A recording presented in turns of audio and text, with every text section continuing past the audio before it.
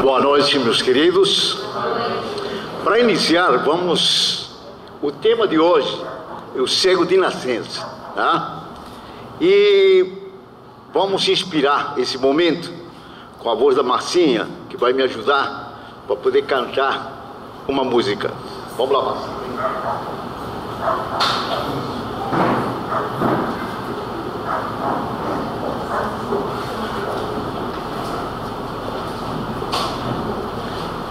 Boa noite para todos. Hoje ele não me pegou de surpresa. Da outra vez ele me pediu para começar a cantar. Eu falei, mas eu vou cantar o quê? Hoje não, hoje eu já sabia que estava tudo direitinho, tudo bonitinho, já organizado. Aqui, amor. Você que vai cantar, né? Não precisa. Essa música nos fala sobre a presença de Jesus e ela se chama Caminho, Verdade e Vida. Contam que Jesus certo dia andara junto ao lago azul de Genezaré, e as multidões ele ministrara seus ensinamentos de amor e fé. Com saliva e lodo curar os cegos junto ao velho tanque de Siloé. Numa tarde linda de primavera, outros mais prodígios ele fizera na cidade santa de Nazaré. Foi o bom Jesus quem nos ensinou junto ao lago azul de Genezaré, caridade, luz, bondade, amor, verdade e fé. Tanto no Tabor em Jerusalém como na Betânia em Genezaré, ele foi caminho, verdade e vida, como ainda é.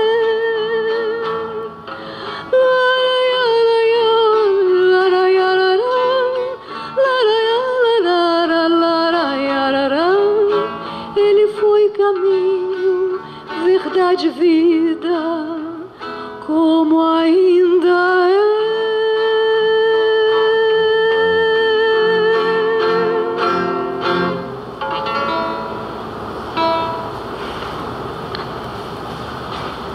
Pois é.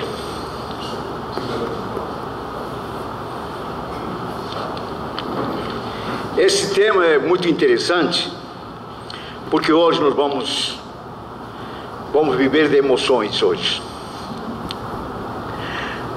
A história cego de nascença é uma história muito bonita na época de Jesus. Ele se dá naquele tanque de Siloé. Esse tanque de Siloé era muito importante, porque estava situado em Jerusalém. E nós sabemos que Jerusalém era uma cidade mais importante do povo israelita naquela época. Segundo o Antigo Testamento, quem construiu esse tanque de Siloé foi o rei Ezequias. E ele vinha alimentado por uma corrente de água subterrânea, vinha de uma fonte que estava situada a 550 metros no norte do Vale de Cedron. Era muito conhecido aquele tanque. No capítulo 9 de João, ele nos narra que o Mestre Jesus, junto com os discípulos, estava nas ruas de Jerusalém. E chegando neles, num portão principal, se deparou exatamente com um cego.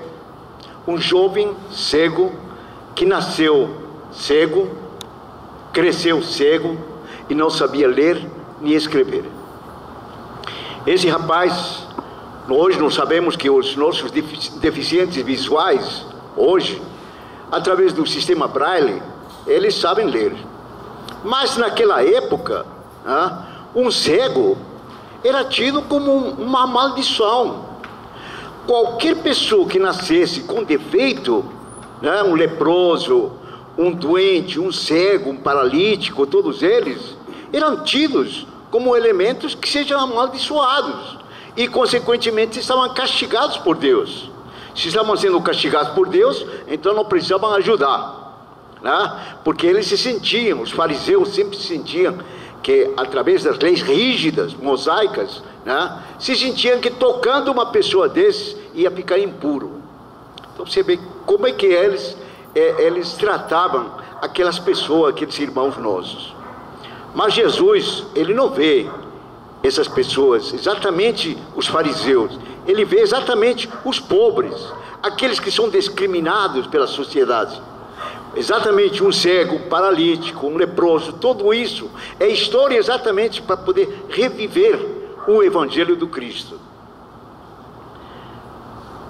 Mas Jesus reparou nesse jovem, naquela multidão enorme. Você sabe como é, acabei de falar, Jerusalém é uma cidade mais importante, então albergava muita gente, que era um centro comercial intenso, né, que vinha por toda a Palestina exatamente para poder fazer negócios em Jerusalém. Mas eu fico pensando, né, com tanta multidão assim, algumas vezes estão no centro do Rio de Janeiro, ou então em São Paulo, e vê aquela multidão, né, andando de um lado ao outro lado, você indiferentes, você se sente tão indiferente, você se sente tão sozinho no meio daquela multidão, te dá até medo, né? Porque todo mundo passando e correndo. E era assim exatamente em Jerusalém. Mas Jesus olhara para aquele cego, para aquele, exatamente era o motivo. Por quê? Porque segundo a lei judaica, estava escrito lá, na tábua da lei, no primeiro parágrafo, ele diz que Jeová castiga a iniquidade dos pais nos filhos até a 4ª geração. Então podemos imaginar, né, como é que era tratado aquelas pessoas que nasciam com algum defeito. Pela sociedade, eram rejeitados completamente, eram amaldiçoados. E estava lá o cego, todo mundo conhecia esse cego. E então Jesus se direciona, aquele olhar misericordioso, para aquele cego. Os apóstolos que acompanhavam o fato, também, né, acompanharam ele, e logo indagaram com ele, com suposições erradas, dizendo assim: Rabi, quem é que pecou? Foi ele ou seus pais, para que nascesse cego? Eles, pela maneira de perguntar, nós podemos observar duas coisas. Uma, que eles acreditavam na reencarnação. Sabiam se estava algum erro, alguma coisa aconteceu no passado. Não sabia como é que funcionava essa justiça divina. E segundo, ele tinha uma ideia também sobre como desenvolver isso. E aí que está o grande problema.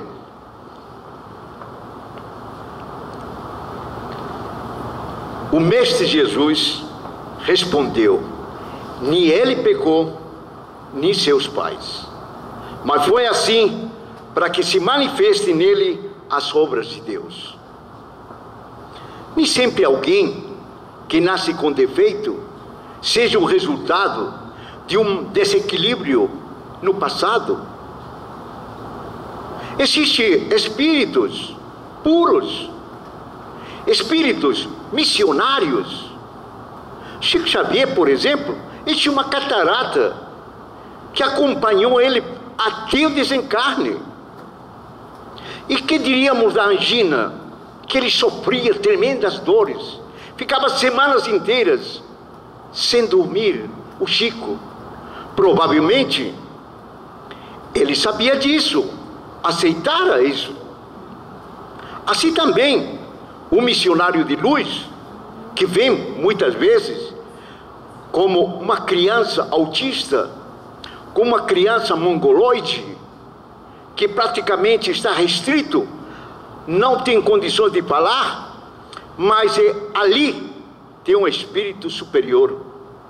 Ali tem um espírito que muitas vezes deseja que através das raízes do amor, as raízes da família, possa ter o progresso dos pais, para sublimar através do amor.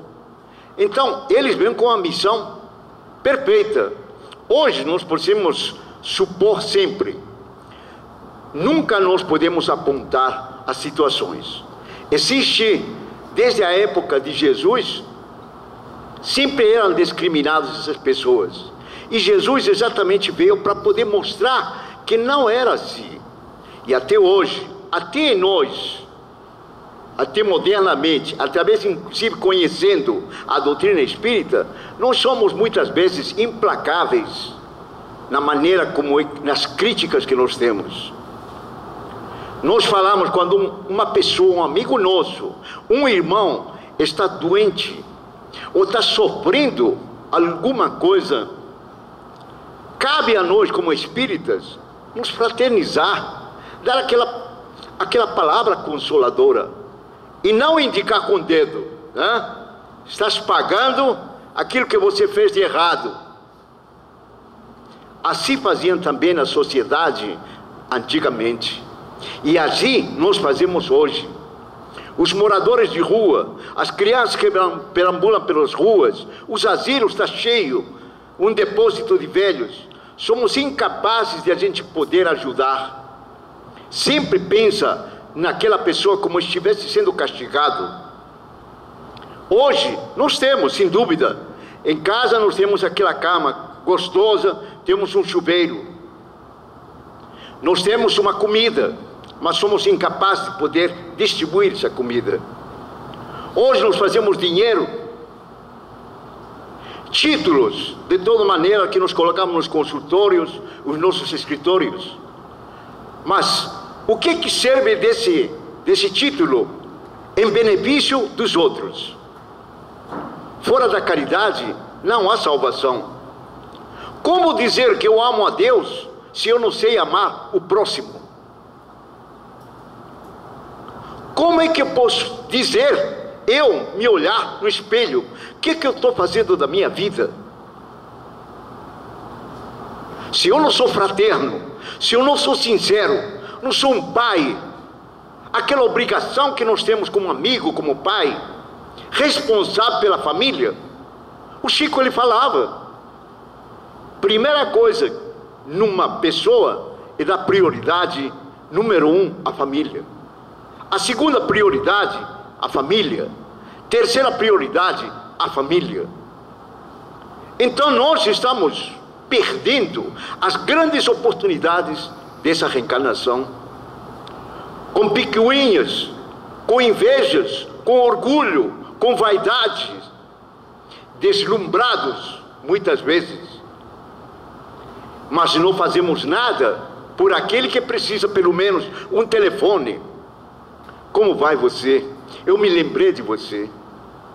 Eu tenho um amigo que ele dizia que telefonava para todo mundo. Ô Vitor, tudo bem? Tudo bem. Pai. Aí eu perguntei, o que houve? Como sempre, né? Por que a camarada está me telefonando, né? Mas costume dele, porque era aniversário dele, e ele estava abraçando todo mundo por telefone. Que coisa boa, né? E a gente muitas vezes não está acostumado a esse tipo de interligação. Cada um de nós temos um dever muito, muito grande de poder estar, de poder confortar as pessoas. Outra coisa, nós não somos bengala de ninguém. Nós nascemos para sermos felizes. Não nascemos para ser lucigênitos, para ser a luz e para ser gregários. Gregário porque sozinho não conseguimos progredir. É preciso progredir com quem? Com a família.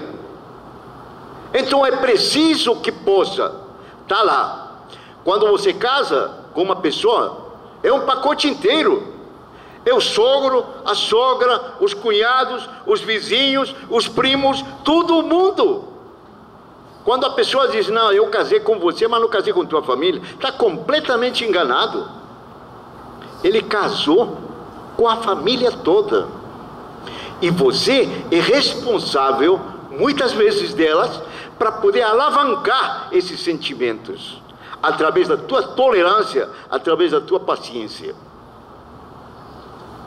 Então, continuando com ele vai ao encontro do cego de nascença. Isso realmente é maravilhoso. Jesus se importava com cada ser humano, sem distinção, sem preconceito. O mestre mostra a seus discípulos que não havia nenhum castigo, nenhuma maldição hereditária sobre a vida daquele homem. Ao contrário, alertava que havia na realidade, na sociedade, uma cegueira muito profunda e pavorosa.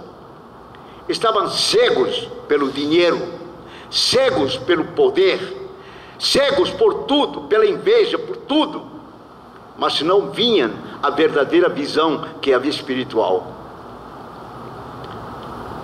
Esqueceram, ele diz aqui, estão se prendendo a legalismos, a rituais, deixando esfriar o amor nos corações. Se esqueceram da lei principal, que era a lei do amor, do perdão, da misericórdia. Mas a cegueira estava relacionada a verdades muito mais profundas. Jesus queria não só curar a cegueira material, palpável, mas também abrir os olhos dessa cegueira espiritual, do cego e todos os demais. Quantos de nós vivemos nas sombras? Não vemos a verdadeira beleza que todo dia os acontecimentos da nossa vida a gente não aprecia. Nós vivemos, graças a Deus, num local, em Niterói, e vocês têm uma sorte muito grande de poder conviver com a natureza, com os pássaros. Olha que coisa linda. Então é preciso a gente poder, quando chega em casa, observar aquela árvore, as folhas, as rosas, as tonalidades várias, e se apreciar a isso, se apegar a isso, agradecer a Deus pela família, pela tolerância que nós precisamos ter. E aí Jesus chega e diz assim: eu sou a luz do mundo. Tendo dito isso, que cuspiu na terra, fez saliva e lodo, cobriu os olhos do cego e disse-lhe: vai, lava-te no tanque de Siloé. Ele então, junto com curiosos, vai no tanque de Siloé e se lava, e alegria suprema. Ele está enxergando. Ele se ajoelha e olha para cima e diz: Pai, obrigado, Pai. Eu nunca pude imaginar que o céu fosse tão azul. Eu nunca pude imaginar que a alegria estava no rosto das crianças. Nunca pude imaginar essa natureza, os movimentos das pessoas. Pai, obrigado, Pai. Mas os curiosos ficam olhando: aquele não era aquele cego que ficava no portão? É muito parecido com ele. Mas você está enxergando? Não, sou eu aquele cego. Mas quem te devolveu essa visão? E ele disse: foi um homem chamado Jesus. Ele fez lama nos meus olhos e disse-me: vai e lava-te no tanque de Siloé. Eu fui, me lavei e estou vendo. E onde está ele? Não sei. Mas naquele tempo, qualquer coisa que acontecesse, os fariseus, que tinham que ter conhecimento daquilo, E levaram ele para os fariseus, contando o que aconteceu. E eles ficam furiosos, porque era sábado. Sábado, segundo a lei mosaica, ninguém podia fazer isso. Quem fez isso não é de Deus. Imediatamente pegam ele. Como te foram abertos os teus olhos? Ele aplicou nos meus olhos lama, lavei-me e vejo. Os fariseus preconceituosos, presos à lei que proibia curar no sábado, contestaram: esse homem não é de Deus, porque ele não observa o sábado. E outros falam assim: como pode um homem pecador, errado, produzir semelhantes sinais? Já existiu uma dúvida. Perguntaram ao cego: e tu que dizes? E ele diz: é um profeta. Os fariseus não se convenceram, mandaram chamar os pais para provar que Jesus era pecador. Mandaram chamar os pais e disse: esse é teu filho que era cego? E ele disse: sim, é meu filho. Mas como era? Não era cego? Era, mas eu não sei como é que agora está vendo. E ele disse: então pergunte a ele, que ele já tem idade suficiente para poder responder. Por que eles falam isso? Pelo medo que tinham as leis rígidas do Sinédrio. O ex-cego foi novamente interrogado. Desta vez é uma reunião enorme, hierarquicamente, para os outros fariseus que faziam parte do Sinédrio. E quando existia isso, todo mundo tremia, pelo que eles iam, pela lei. E eles disseram assim para ele: dá glória a Deus. Quando falava isso, estava assim: fala a verdade, está sob julgamento. Sabemos que esse homem é pecador. Bem, ele fala: bem, se é pecador, não sei. Uma coisa eu sei: eu era cego e agora eu vejo. Que te fez? Como te abriu os olhos? Já vos disse e não ouvistes. Por que perguntais novamente? Acaso estás interessado a ser discípulos dele? Os fariseus se irritaram. Tu és discípulo dele, nós somos discípulos de Moisés. Sabemos que Deus falou com Moisés. Não conhecemos o homem que vos curou. Não conhece o homem que me curou? Mas isso é admirável. Ele diz: se vocês representam a palavra de Deus e vocês não conhecem a pessoa que me curou, que vocês não saibam quem ele é, de onde vem, no entanto ele abriu os meus olhos. Sabemos que Deus, nosso Pai, vocês mesmos nos ensinam que não ouve os pecadores, mas se alguém for diferente, faz a sua vontade. Este ele ouve. Jamais se ouviu dizer que alguém abrisse os olhos a um cego de nascença.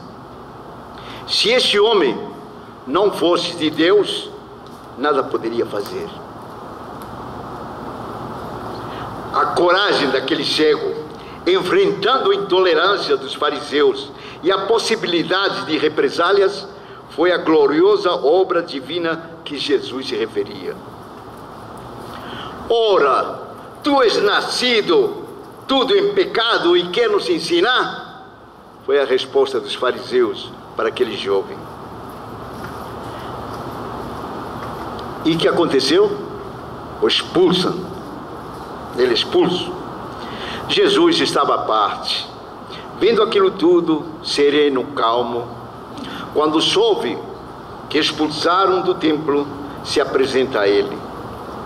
Aquele que não era mais cego conseguiu enxergar também aquilo que toda a casta religiosa de Israel não teve capacidade de ver.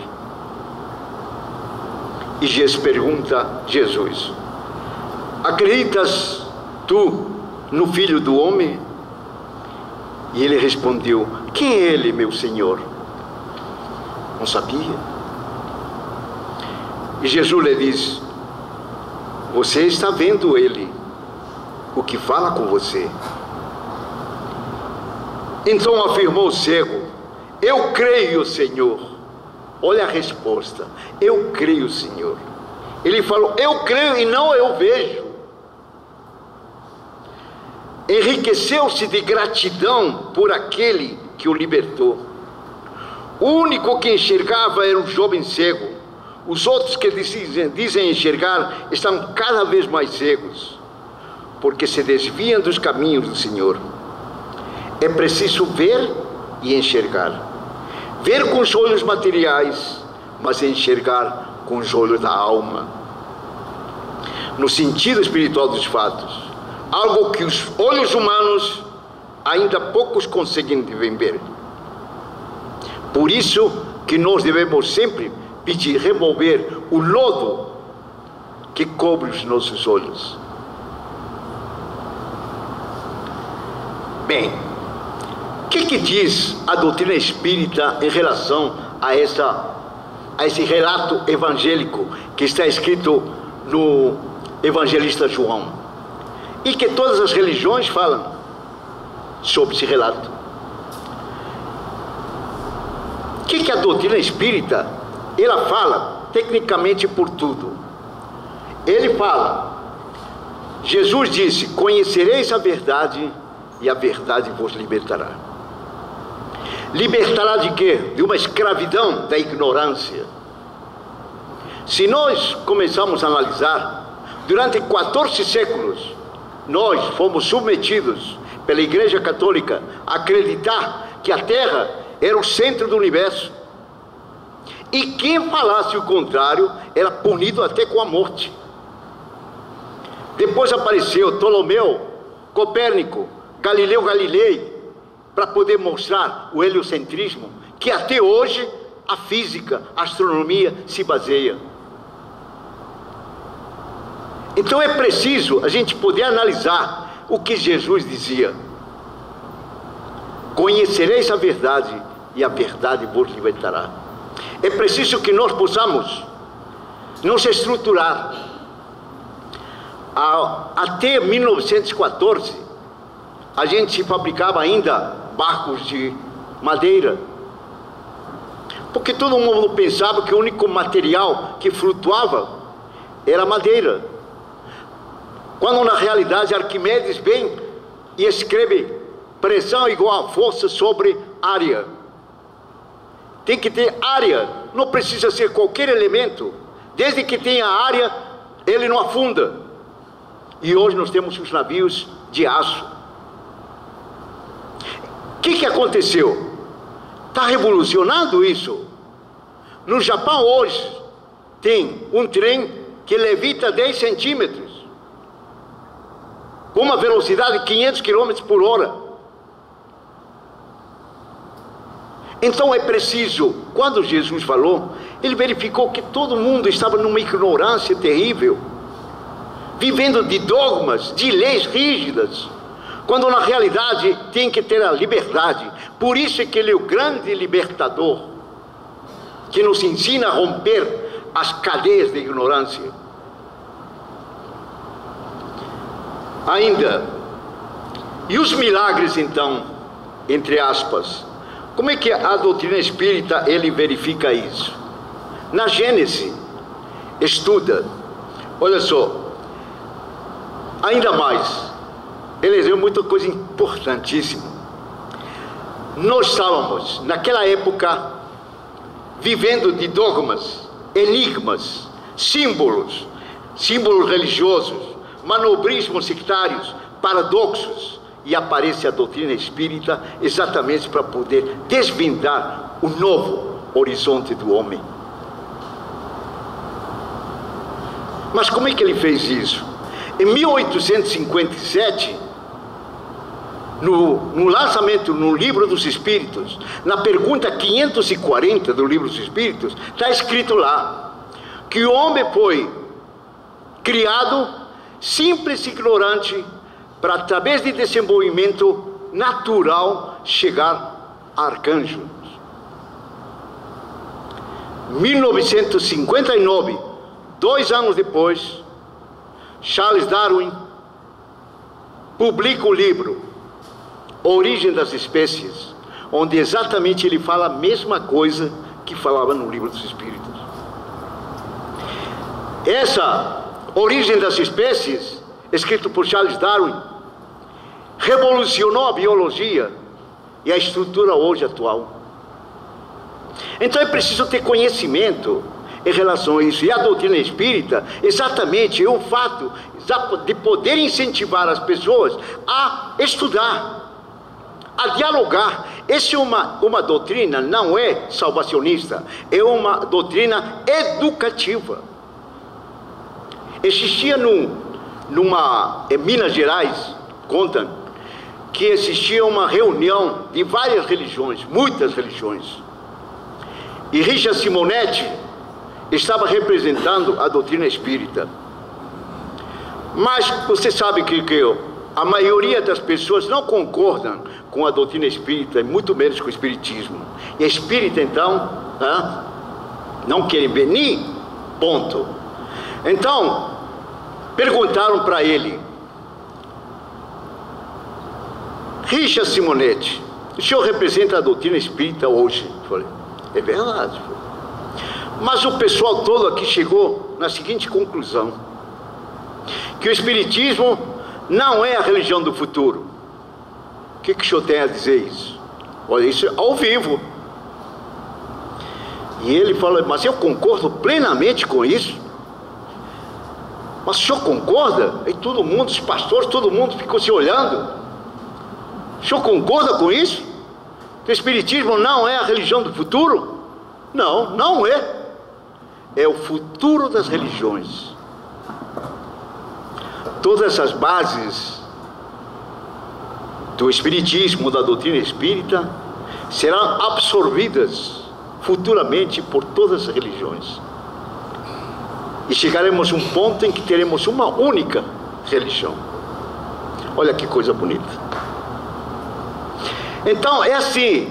Então como é que hoje os milagres, entre aspas, são visualizados pela doutrina espírita? Os milagres, as curas dos paralíticos, dos cegos, dos leprosos, as ressurreições, todas elas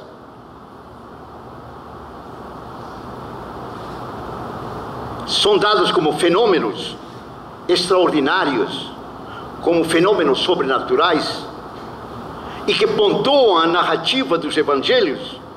Suas causas são naturais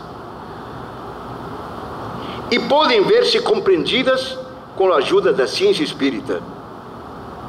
Os milagres intrigam, parecem não ter explicação, e aqueles intermediários, médios intermediários dessas, entre aspas, desses milagres, muitas vezes, pela vaidade, eles acham que tem poderes sobrenaturais sobre isso.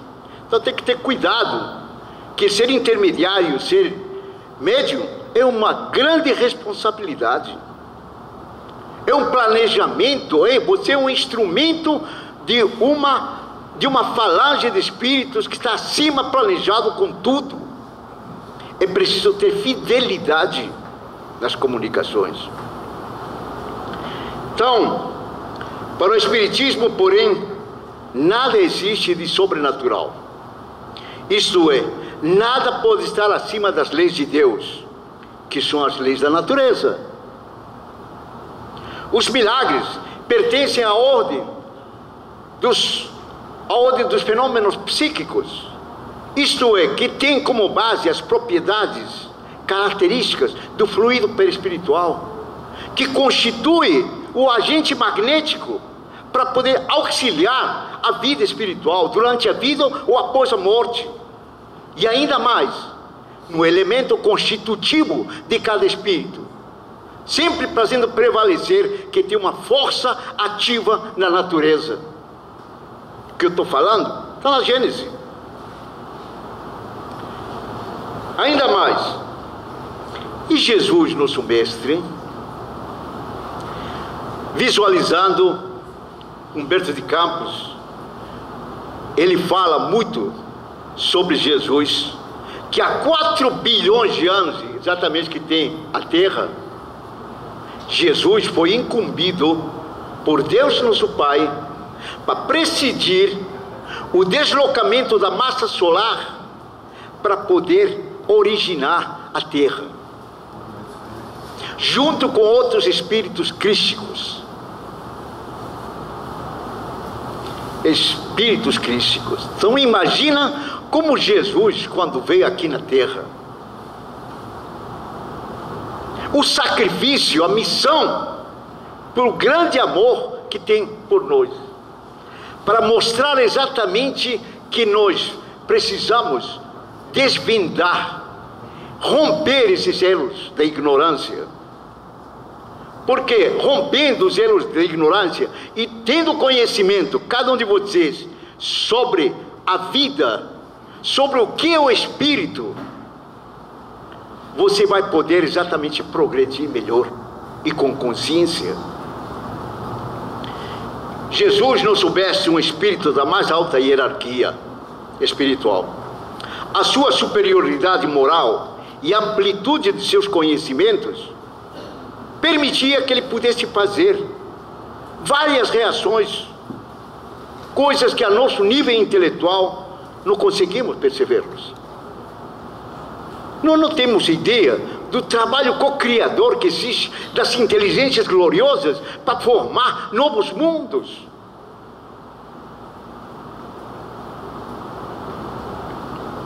E ele fala aqui, muito bonito aqui,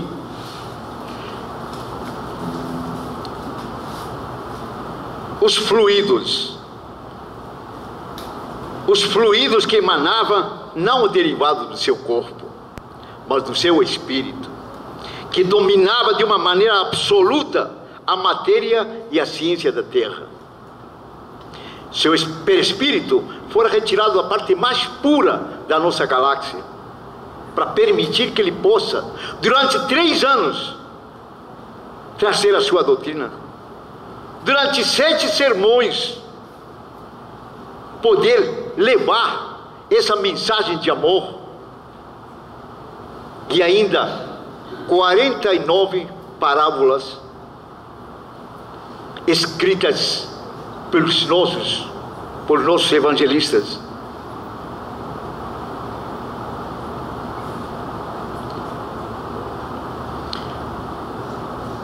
Como homem tinha a organização dos seres carnais, mas como espírito haveria de viver mais no espiritual do que no material, de cujas mazelas, fraquezas ele não participava. As qualidades de seus fluidos lhe conferia imensa força magnética, secundada pelo incessante desejo de fazer o bem.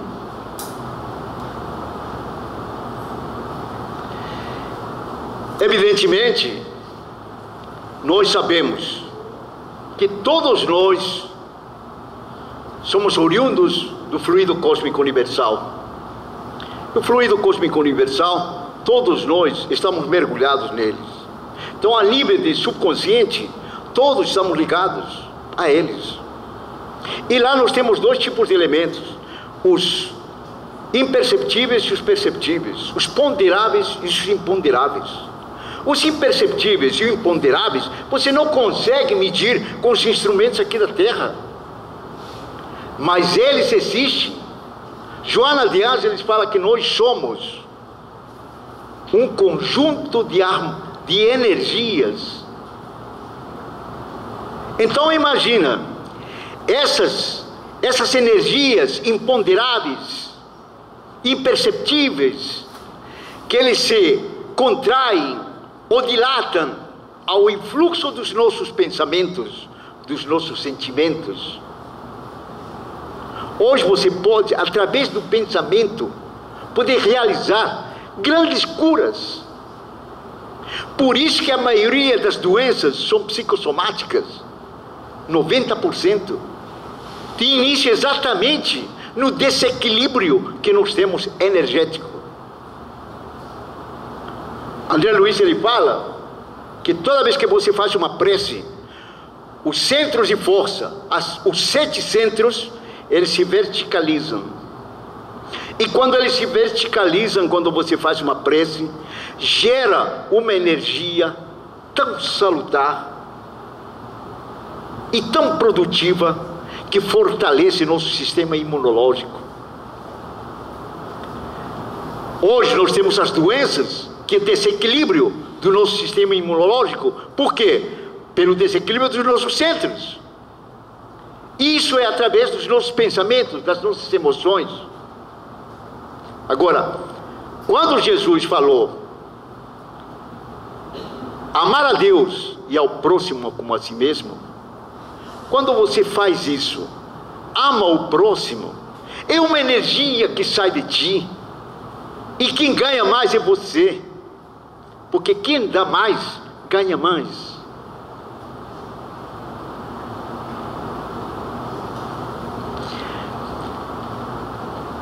Vai até?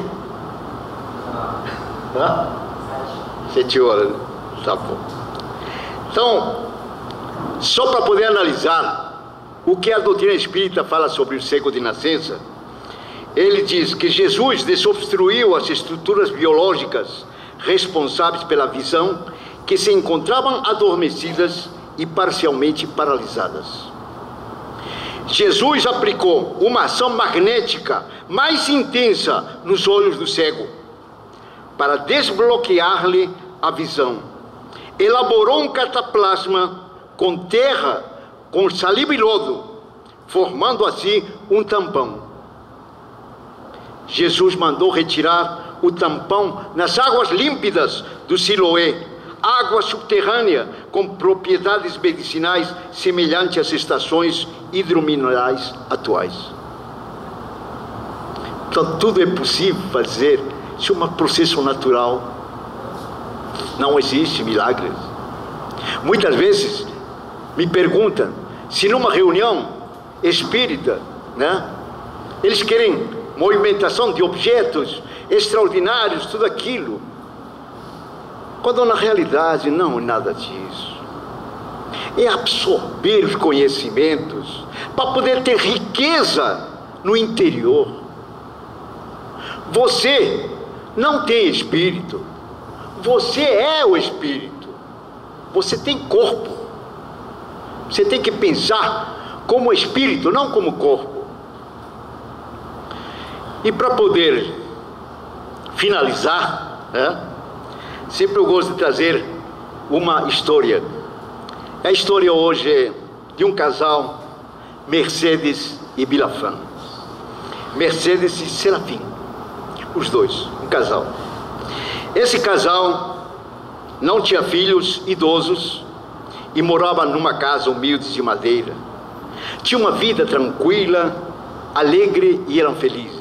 Sabe aquele casal que coloca as mãos nos outros, de mãos dadas, sem medo, ele vai o caminho, mesmo que seja com espinhos, pedregais, escorregadizos, mas sempre tem o ombro amigo, o olhar de conforto um com o outro, aquela cumplicidade que existe entre um casal.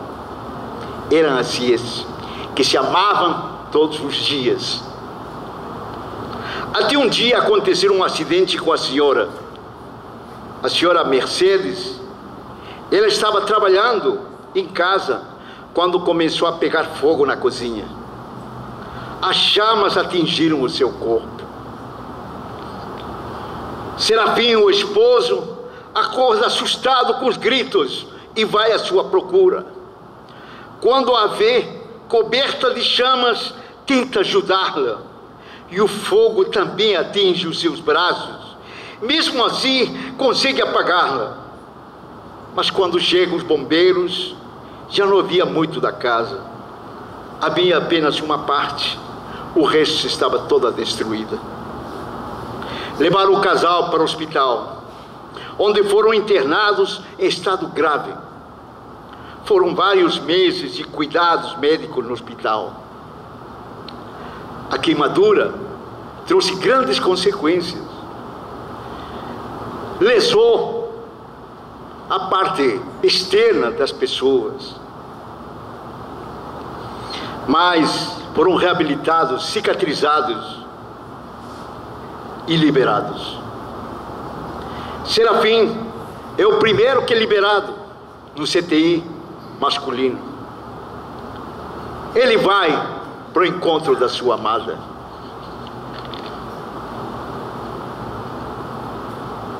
Quando chega no CTI feminino, ele diz: Mercedes, Mercedes, onde estás, Mercedes? E de um quarto, no final: amor, estou aqui. Ela ainda pensava em seu leito, pensava em não viver mais, pois estava deformada. As cicatrizes pelo corpo todo, inclusive no seu rosto, eram marcantes. Quando viu o marido na porta, levou um susto. Cobrindo o rosto com uma toalha, foi logo perguntando: tudo bem, meu amor? Como é que você está? Ele disse: estou bem, respondeu ele. Pena que o fogo atingiu meus olhos. Eu não posso mais enxergar. Mas fique tranquila, porque teus olhos azuis, o teu rosto belo está gravado aqui no meu coração. Fique tranquila, amor. Estaremos novamente juntos e a sua beleza estará sempre guardada. Então ela pensou, muito triste pelo esposo. Deus Pai, vendo tudo o que aconteceu, tirou-lhe a visão, para que não presencie esta deformação em mim. As chamas queimaram todo o meu rosto e eu estou parecendo um monstro. Assim, superados, saíram do hospital. Ele de óculos escuros, com uma bengala, apoiado nos braços da Mercedes. Retornaram para casa. E ela diz: Serafim, olha que alegria! A casa está toda reformada. Foi o presente dos vizinhos, que cercaram, aplaudiram a boa chegada desse casal. Conseguiram reconstruir a casa. Felizes e agradecidos, reiniciaram a sua vida de amor, de carinho. Ela fazia tudo para o esposo, que todos os dias ele dizia que amava. Após 20 anos, Mercedes desencarnou. No dia do enterro, quando todos se despediam, o marido, sem óculos escuros que sempre usava, após o acidente, mas apoiado na sua bengala, chegou perto do caixão, beijando o rosto e acariciando a sua amada, disse em tom apaixonante: Mercedes, como você é linda, meu amor. Eu sempre te amarei. Obrigado, meu amor, por tantas alegrias, por tantas felicidades que você me deu. Eu nunca te esquecerei. Vendo aquela cena, os vizinhos ficaram atônitos. Um amigo que estava ao lado perguntou: será que aconteceu um milagre? O idoso não estava enxergando. Cadê os óculos escuros dele? O velhinho, olhando nos olhos dele, disse para todos os presentes: meus queridos amigos, nunca estive cego, apenas fingia. Quando havia o meu amor a Mercedes, depois do acidente, toda queimada, o seu rosto deformado, sabia que seria duro para ela continuar vivendo daquela maneira. Foram 20 anos vivendo de amor, felizes e apaixonados. Muito obrigado.